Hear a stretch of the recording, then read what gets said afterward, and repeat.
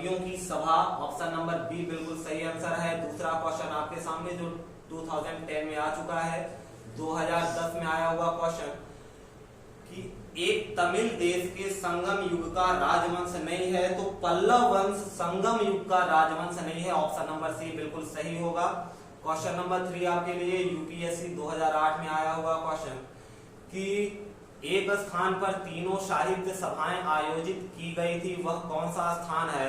तो मुंदई एवं कपाटपुरम, मदुरै और एवं कपाटपुरम, यहाँ पर तीनों साहित्य सभाएं आयोजित की गई थी, ऑप्शन नंबर सी बिल्कुल सही है।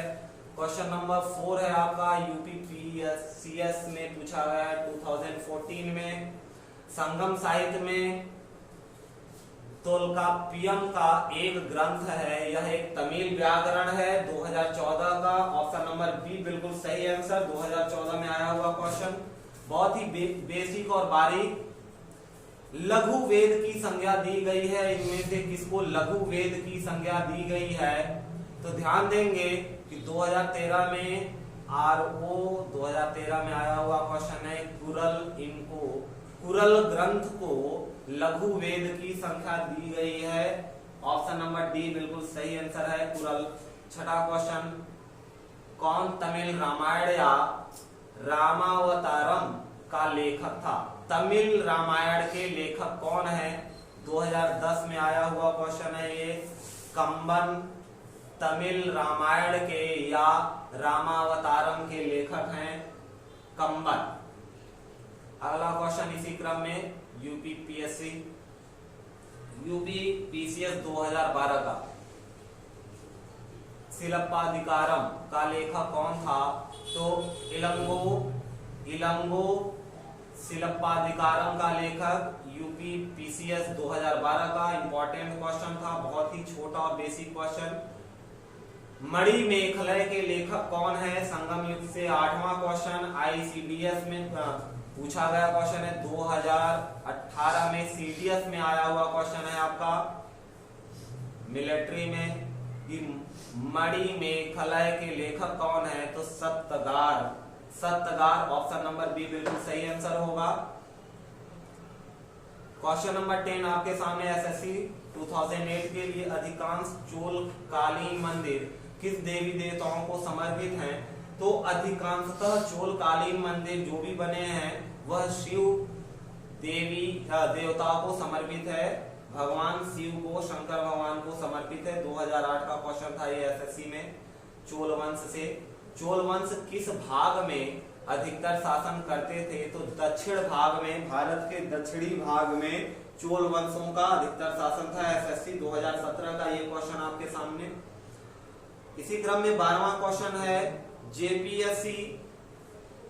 जेपीएससी 2008 का के शिल्पाधिकारम में किस राजा का वर्णन पत्नी पूजा के प्रवर्तक के रूप में हुआ है? तो सेन गुटुवन राजा का वर्णन पत्नी पूजा के प्रवर्तक के रूप में हुआ है। 2008 का क्वेश्चन था जेपीएससी का। ठीक है, अगला क्वेश्चन है आपके सामने, संगमकालीन प्रशासन में राज्य को क्या कहा जाता था? तो राज्य को मंडलम, जिसे हम बाद में प्रांत कहने लगे थे, प्रांत, राज्य, स्टेट, उसको संगम काल में मंडलम कहा जाता था। ध्यान रखेंगे, ऑप्शन नंबर ए। सीडीएस में अगेन आया हुआ क्वेश्चन है, तमिल संगम ग्रंथों के अनुसार निम्नलिखित में से कौन बड़े भूस्वामी रहते थे? तो बेल्लार सबसे बड़े भूस्वामी कहलाते थे। सीडीएस 2018 का क्वेश्चन था ये। संगमकालीन उस बंदरगाह का नाम बताना है, क्या था जो रोम से व्यापार करने के लिए मुख्य स्थल केंद्र था? मुख्य स्थल था रोम से व्यापार का अरिकमेडु। जेपीएससी 2008 में आया हुआ ये क्वेश्चन है, झारखंड का 2008 में आया हुआ क्वेश्चन था। निम्नलिखित में से कौन सी संस्था विदेशी व्यापार से संबंधित है? यूपीपीसीएस 2018 का क्वेश्चन। नाना देशी संस्था विदेशी व्यापार से संबंधित है। ध्यान रखेंगे, ऑप्शन नंबर सी, नाना देशी संस्था। इसी क्रम में आईएएस प्री के लिए 1995 का ये क्वेश्चन था। प्राचीन संस्कृत ग्रंथों में प्राप्य यमन प्रिय शब्द द्योतक है। यमन प्रिय शब्द किसका द्योतक है? ध्यान रखेंगे, पूछा गया है यमन प्रिय शब्द किसका द्योतक है, तो काली मिर्च का। यमन प्रिय शब्द काली मिर्च का द्योतक है, या काली मिर्च को उससे डिनोट किया जाता था। एम्फोरा जार होता है एक लंबा एवं दोनों तरफ हत्थेदार जार। ध्यान देंगे, एम्फोरा जार एक लंबा और दोनों तरफ हत्थेदार जार होता है, जिसमें वाइन, सुरा, इन सब की पहले एक कंट्री से दूसरे कंट्री में ले जाने के लिए इनका प्रयोग किया जाता था।